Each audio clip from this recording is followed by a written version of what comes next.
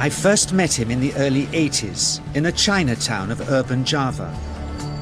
He didn't want his real name or address revealed, so we called him DJ for Dynamo Jack. He was only a healer, he said, but he did direct a powerful energy generated from his own body into his patients. Sometimes he used the needles, sometimes just his hands. He called the energy Chi, and it was so strong that he usually needed a grounder to hold his patients' feet.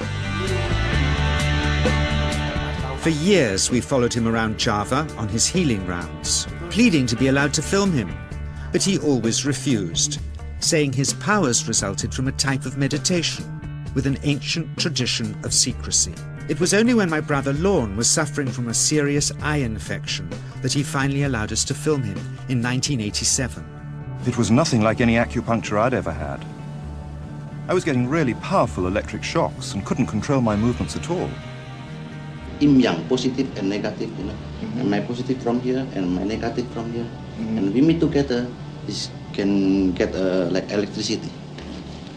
And is this because you're special? You have a special sort of It's meditation every day. It's meditation that does it? Meditation every day. Like you can touch me, like this. It's nothing, okay? It's my burn. It's just like this. For our sound recordist, it was also a shocker.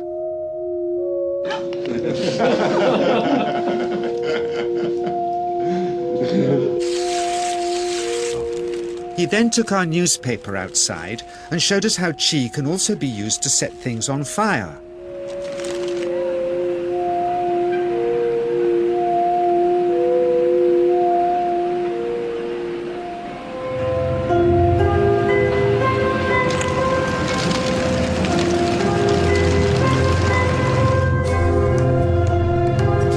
When he heard we'd shown this footage in public, he was very upset and refused all our future efforts to contact him again. As the years passed, we sadly resigned ourselves to never seeing him again. My brother Lorne never did, for by 1997 he was already dead, when I again found myself with DJ, now treating me for an eye problem. But it wasn't this that brought me back. He had tracked me down out of the blue and invited me to tell me a story. He had just returned from 2 years on a deep meditational journey, alone in the heart of Borneo. Amongst his revelations, he had seen, he said, how history was moving on into great change, and the old wisdom was vanishing. So he'd called me back to film just enough of him to remind us that we all have undreamed of powers sleeping within us, and that there's nothing special about him except for his training in waking them. Grounding this patient, my cameraman Joe is having to use all his weight to keep contact. She is pushing him away. He seems able to control the amplitude of this chi, like a dimmer switch, and it causes uncontrollable responses in the patients and their grounders. I can barely keep my hand on you. It wants to fly off. The electricity is so strong. This mother unwittingly grounds her child. He won't sit still, so she's asked to hold him and grin and bear it. Sometimes signs of this passing energy can be seen in the transmitter too.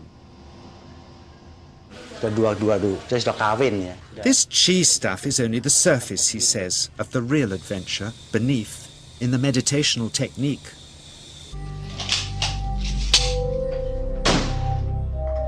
Projecting chi from the palm of the hand can also be used to resist rifle pellets, he says.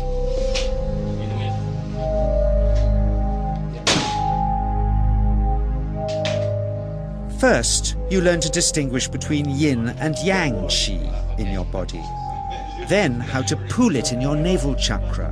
Then how to project it, he says. And it's the proportionate mixture between yin and yang which accounts for different effects, like pulling or pushing objects or igniting them. Then he gets really strange. He says that mastering Yin Chi is the key to the spirit world.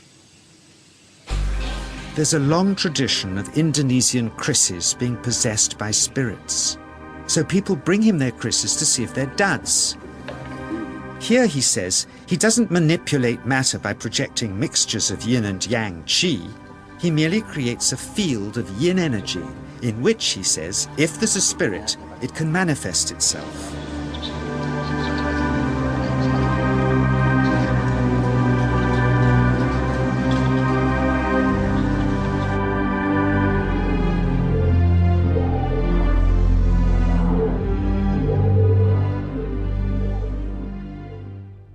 So I invited a small group of scientists back from the United States with measuring equipment to test if DJ was for real. And if so, where might this energy belong on the electromagnetic spectrum? Catherine Cook, CEO of the Mind Science Foundation in Texas. Dr. Roger Nilsson, a Swedish medic and international racing sailor. Dr. Greg Simpson, a physicist from New York's Albert Einstein University, and Andreas Polak, one of DJ's Australian students. The visitors are confident they'll uncover him as a fraud in no time. Greg is the first guinea pig, and he's uncomfortable about showing that he can feel anything at all. Dr. Roger doesn't know what to expect.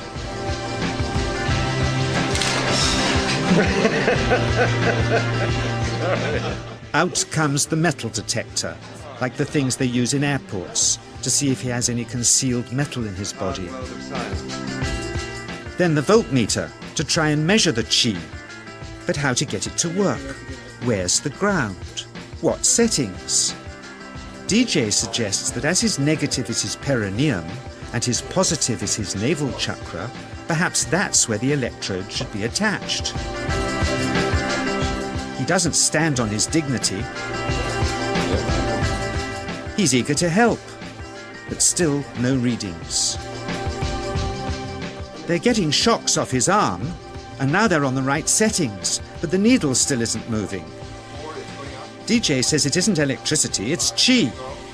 It's 1, 2, up, I feel it in my whole body.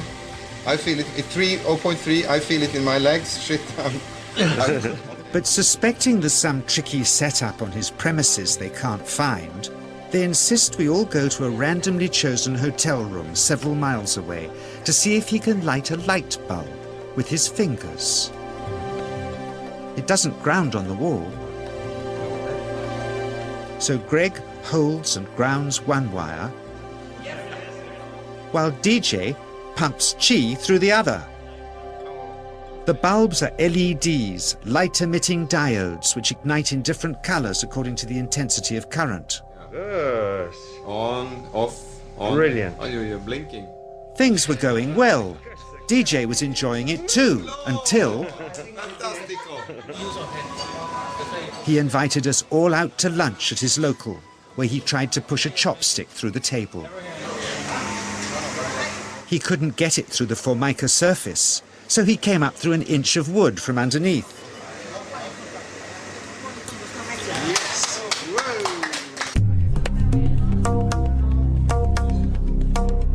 Not only did he draw his own blood, but a chopstick splinter had caught Alison here between the eyes, drawing more. The incident was laughed off apologetically, but next morning he was a different man, drawn and upset. He said he'd been visited all night by his long-dead master, raging that he'd broken the strict taboos of his sect, never to show off in public and never to cause harm or draw blood. He felt deeply chastised. All further testing and filming must end. Never again would he submit to public scrutiny, nor accept any new students. He would sink from sight and continue his healing in obscurity, as he had done since before we met him in the early 80s and had always told us was right.